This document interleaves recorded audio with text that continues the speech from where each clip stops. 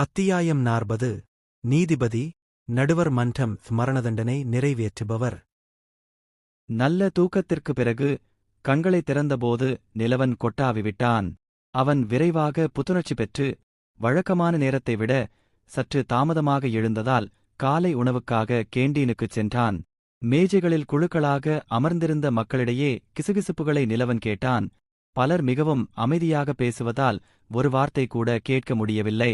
இருப்பினும் நம்ப முடியாத கேட்கும் புலன்களைக் கொண்டிருந்த நிலவனுக்கு இது நடக்கவில்லை. அப்போ நீங்க கேட்டீங்களா? எல்லா இறந்த உடல்களும் வன்முறை செயல்களுக்கான பதிவுகளைக் கொண்டிருந்த குற்றவாளிகளுடையவை. ஆனால் ஆதாரங்கள் இல்லாததால் ஒருபோதும் கைது செய்யப்படவில்லை. இந்த ஆள் நல்ல வேலை செய்திருக்கிறான் என்று நான் சொல்கிறேன் என்று 20 வயது இளைஞன் கூறினார். சரி, என் கழுதை. அது இன்னொரு தொடர் கொலைகாரன். ஏதோ ஒரு ஹீரோ மாதிரி நடந்துக்கறான். சீக்கிரமே அப்பாவி குடிமக்களையும் கொல்ல ஆரம்பிச்சிடுவான்னு நான் சொல்றேன். நகர பாதுகாப்பு அதிகாரிகள் அவனை சீக்கிரமா கண்டுபிடிக்கணும் என்றார் மற்றொரு நீண்ட கூந்தல் கொண்ட மனிதர். நண்பர்களே, அவர்கள் அனைவரும் எவ்வளவு விரைவாக கொல்லப்பட்டார்கள் என்பதை மறந்துவிடாதீர்கள். அவர்களில் ஒருவர் கூட அதை கூட பார்க்கவில்லை. அந்த கடினமான ஈட்டி போன்ற பொருட்களால் சம்பவ இடத்திலேயே இறந்தார். சிலர் அவை நிலவரை அரக்கர்களைச் சேர்ந்தவை என்று கூறுகிறார்கள் என்று நடுங்கி பயந்து போன குழுவின் மற்றொரு உறுப்பினர் கூறினார். நீ எதை பத்தி கவலைப்படுற? பாவிகள் மட்டும்தான் தண்டனை அனுபவிக்கணும்னு சொல்லலையே. சொல்லு, நீ என்னென்ன குற்றங்கள் செஞ்ச? இரண்டாவது ஆள் சொல்லிட்டு தன் நண்பனை ஏளனமா பார்த்தான். பின்னர் நிலவன் கூட்டத்தினரிடையே உள்ள வதந்திகளில் கவனம் செலுத்தினான். மேலும் நகரத்தில் உள்ள கிட்டத்தட்ட அனைவரும் இப்போது நிலைமையை அறிந்திருப்பதைக் கண்டறிந்தான். பாதுகாப்பு காவலர்களும் சட்ட அமலாக்க அதிகாரிகளும் கொலையாளியை தேடி வந்தனர். இந்த பரபரப்பான செய்தி தன்னை சிறிதும் தொந்தரவு செய்யவில்லை என்பது போல நிலவன் தனது காலை உணவை அலட்சியமாக சாப்பிட்டான். அவன் விரைவில் தனது அறைக்கு திரும்பி தனது விண்வெளி வளையத்திலிருந்து ஒரு புத்தகத்தை எடுத்தான்.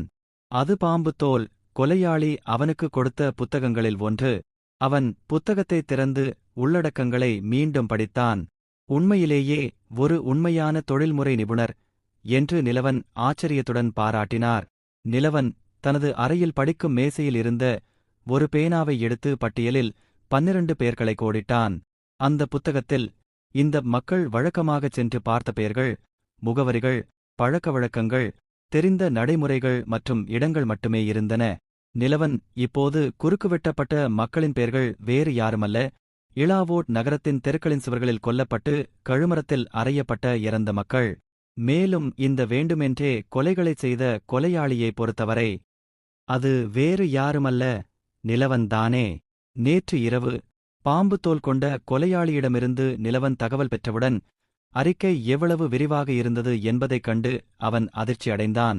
மேலும் இந்த மக்கள் வழக்கமாக வசிக்கும் பெயர்கள் மற்றும் பகுதிகளை படித்த பிறகு நிலவன் இருண்ட இரவை தனக்கு சாதகமாக பயன்படுத்திக் கொள்ள முடிவு செய்தான். மேலும் பல மனிதர்கள் மற்றும் டெமிமனிதர்களைக் கொண்ட இந்த மக்களை முடிக்க முடிவு செய்தான். யாராலும் கவனிக்கப்படாமல் இலக்குகளை முடிக்க நிலவன் நிழல் நடை மற்றும் நீட்டிப்பை பயன்படுத்தினார். நிலவன் கொன்றவர்களைப் பொறுத்தவரை அவர்களில் ஒருவர் கூட துறவி இல்லை. சிலர் கொலை செய்துள்ளனர். சிலர் பெண்களையும் 18 வயதுக்குட்பட்ட இளம் பெண்களையும் பாலியல் பலாத்காரம் செய்துள்ளனர். சிலர் குற்றம் செய்த பிறகு பாதிக்கப்பட்டவர்களைக் கொன்றுள்ளனர். ஆனால் ஆதாரங்கள் மற்றும் சாட்சிகள் இல்லாததால் இவர்கள் அனைவரும் நிரபராதிகள் என்று அறிவிக்கப்பட்டனர்.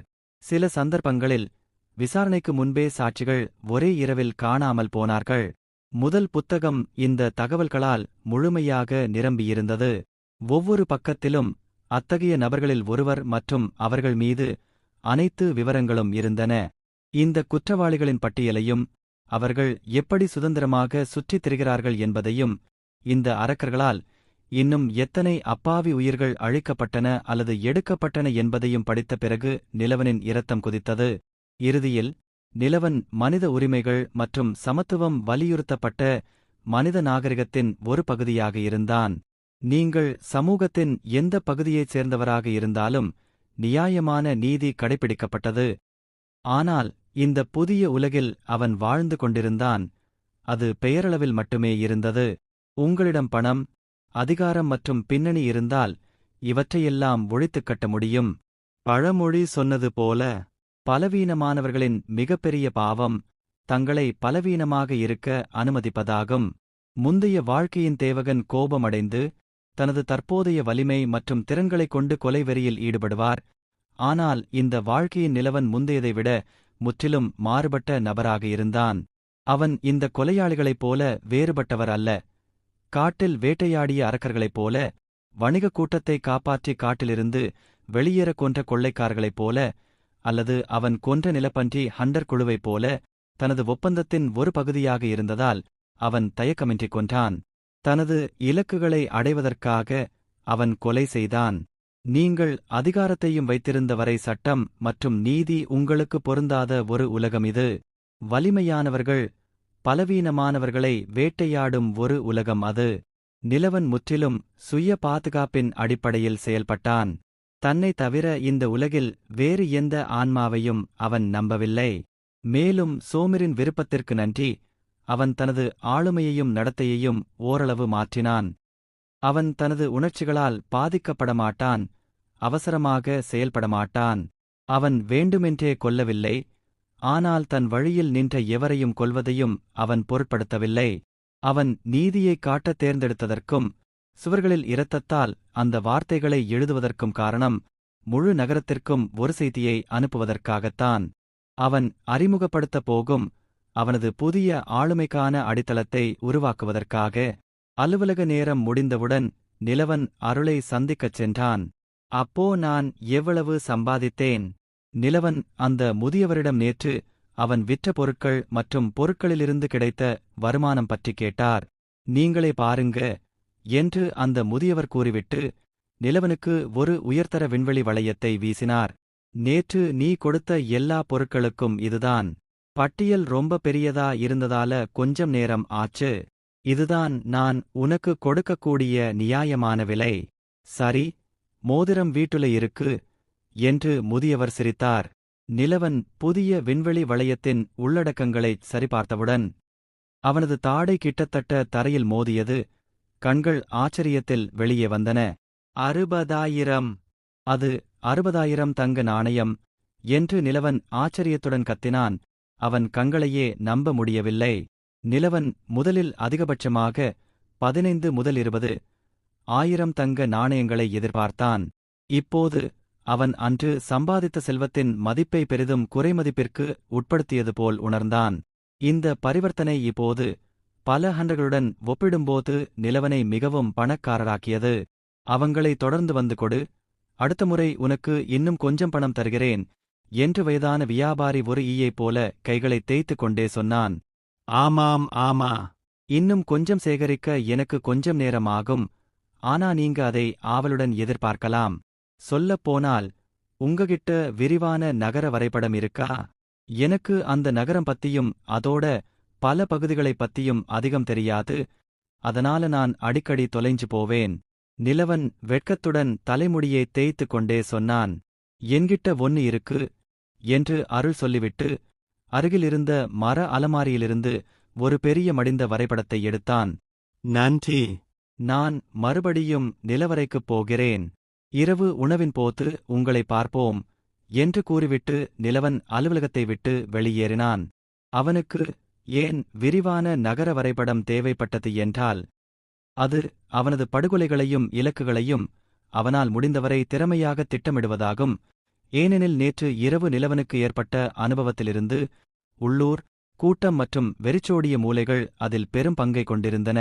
நிலவன் வெறுமனே இடங்களின் திசைகளைக் கேட்டு தனது இலக்குகளை ஒவ்வொன்றாகக் கண்டுபிடித்தான். இது அவனுக்கு முழு காலையையும் எடுத்தது. ஒரு வரைபடத்தை பயன்படுத்தி அவன் தனது அடுத்த இலக்குகளின் பட்டியலை உருவாக்கி தனது படுகொலைகளை முறையாக திட்டமிட முடியும். இன்று நிலவன் வணிக நிறுவனத்திற்கு வெளியே செல்லவில்லை. மேலும் தனது முழு நாளையும் புத்தகத்தையும் அதில் உள்ள நுண்ணறிவையும் தனது ஒப்பந்த இலக்குகளின் பட்டியலை கொண்ட சிறிய புத்தகத்தையும் படிப்பதில் செலவிட்டான். துருவன் மற்றும் அவனது மக்களை குறிவைத்து குறிப்பாக குறிவைக்கப்பட்ட அனைத்து கொலைகள் பற்றிய புள்ளிகளையும் யாரும் இணைக்காதபடி அவன் அவற்றை ஒன்றாக இணைக்க வேண்டியிருந்தது. அவனது திட்டம் எளிமையானது. குழப்பத்தின் மத்தியில் வாய்ப்பும் இருக்கிறது. இரவு சூழ்ந்ததால் நிலவன் தனது அறையை ஜன்னல் வழியாக ஷேடோ வாக் மூலம் விட்டுவிட்டு யாராலும் கவனிக்கப்படாமல் ஒரு இடத்திலிருந்து இன்னொரு இடத்திற்கு நகரத்தின் வழியாக பயணித்தான். நேற்றைய சம்பவத்தின் காரணமாக இன்றிரவு நகரத்தின் பாதி பகுதி கண்காணிப்பில் இருந்தது. மேலும் பல கடைகள் மற்றும் உணவகங்கள் முன்னதாகவே மூடப்பட்டிருந்தன. மக்கள் பயந்தனர். அதிகாரிகள் அவனை தீவிரமாக எடுத்துக்கொண்டனர். மறுநாள் காலை அந்த காட்சி நேற்றையதை விட காட்டுத்தனமாகவும் குழப்பமாகவும் இருந்தது. ஏனென்றால் சூரிய ஒளி விழுந்தவுடன் நகரத்தின் சுவர்களில் வெவ்வேறு இடங்களில் தொங்கவிடப்பட்டிருந்த மனிதர்கள் மற்றும் சில வீரர்களின் மொத்தம் 14 உடல்களை கண்டனர். நேற்று போலவே இரத்தத்தால் எழுதப்பட்ட வார்த்தைகளுடன், எந்த பாவியும் இனிமேல் பதவி நீக்கம் செய்யப்படமாட்டார். ஏனென்றால் நான் நீதிபதி, நடுவர் மன்றம் மற்றும் மரணதண்டனை நிறைவேற்றுபவர். நான் அஸ்ரேல், மரணத்தின் தேவதை. இந்த ஸ்டோரிஸ் பிடித்திருந்தால் லைக் அண்ட் சப்ஸ்கிரைப் செய்யுங்கள். ஒருவேளை இந்த ஸ்டோரிய தனிப்பட்ட முறையில் தினமும் பார்க்க ஆசைப்பட்டீங்கன்னா மாதம் 30 ரூபாய் கொடுத்தால் போதும். உங்கள் டெலிகிராமுக்கு தினமும் ஆடியோ ஸ்டோரி வரும்.